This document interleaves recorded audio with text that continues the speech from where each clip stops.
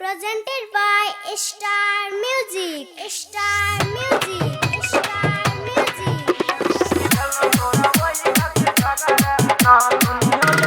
ठुमका जे मारल के गोरखी ना दुनिया के टूटलो ठुमका जे मारल के गोरखी ना दुनिया जे टूटलो की भेलो तोरा वही खातिर झगड़ा की भेलो तोरा वही खातिर झगड़ा ना दुनिया के टूटलो की भेलो तोरा वही खातिर झगड़ा ना दुनिया के टूटलो डीजे उमेश सुखीपुर बाजार होठ के लाली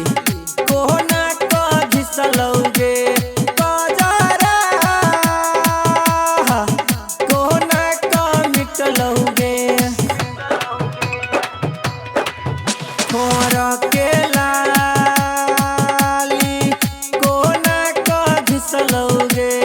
बाजारा कोना को मिटलौगे बलिया जे टूटलौगे गोरखी पहलियो जे टूटलो बलिया जे टूटलौगे गोरखी पहलियो जे टूटलो की भेलो तोरा वही खातिर झगड़ा की भेलो तोरा वही खातिर झगड़ा ना दुनिया जे टूटलो की भेलो तोरा वही खातिर झगड़ा ना दुनिया के टूटलो